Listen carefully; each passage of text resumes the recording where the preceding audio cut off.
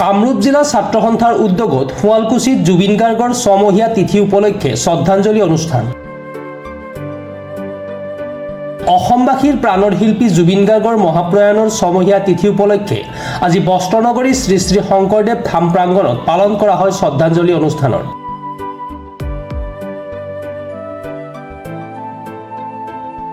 শ্ৰদ্ধাঞ্জলি অনুষ্ঠানত উপস্থিত থাকে কামৰূপ জিলা ছাত্ৰ সন্থাৰ সভাপতি নৱজ্যোতি দাস, উপসভাপতি ৰিংকুমণি দাস, ভাৰপ্ৰাপ্ত সম্পাদক ধীৰাজ শৰ্মা, কাৰ্যালয় সম্পাদক ভৱজ্যোতি দাসৰ লগতে শুৱালকুছি ছাত্ৰ সন্থাৰ সদস্যসকল।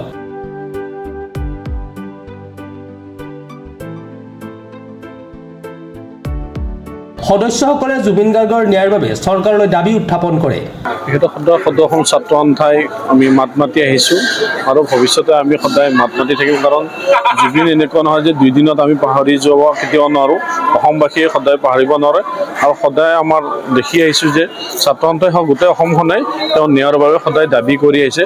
এইটোও নহয় যে ৰাজপথত নামিলেই যে অকল ন্যায়ৰ কথা নহয়, সদায় আমি ইলেক্ট্ৰিক মাধ্যমে হওক সদায় ৰাইজৰ আগত আমি এই যিগৰাকীক প্ৰশাসনে গ্ৰেপ্তাৰ কৰিছে তেওঁলোকৰ আজিলৈকে ৰাইজে কি শাস্তি হ'ল বা কেনেকৈ হ'ল গোটেইখিনি দাঙি ধৰা নাই। সেইবাবে আমি ভাবিছোঁ জুবিনৰ ক্ষেত্ৰত সদায় ন্যায়টো আগত থাকিব। আমি সদায় দাবী কৰি আছোঁ। আজি 6 মাহ হ'ল, তো আমি এইটো কোৱা নহয় যে 6 মাহত 1 বছৰত আমি পাহৰি যাম।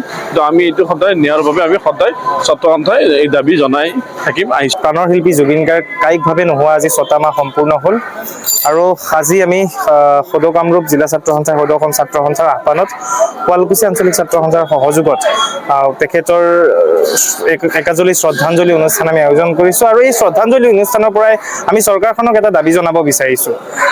মুখ্যমন্ত্ৰীগৰাকীয়ে কৈছিল যে তেখেতে সদনত কৈছিল যে প্ৰাণৰ শিল্পীগৰাকীক ছিংগাপুৰত কেইগৰাকীমান লোকে লগ হৈ হত্যা কৰিছিলে, কিন্তু তাৰ পিছতো কোনো ধৰণৰ যি তদন্ত, সেই তদন্ত কিন্তু ক্ষিপ্ৰতাৰে নহ'ল।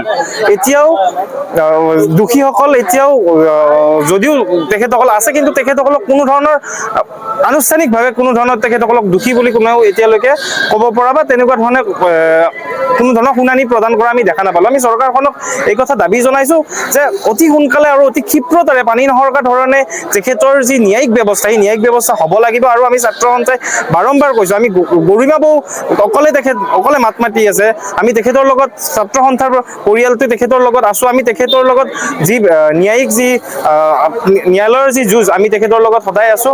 আৰু এই শ্ৰদ্ধাঞ্জলি অনুষ্ঠানৰ পৰাই আমি দাবী জনাইছোঁ যে অতি সোনকালে তেখেতৰ যি তদন্তৰ ব্যৱস্থা, সেই তদন্তৰ ব্যৱস্থা ক্ষিপ্ৰতাৰে কৰক আৰু পানী নসৰকা ধৰণে তেখেতৰ ন্যায়িক ব্যৱস্থা কৰক।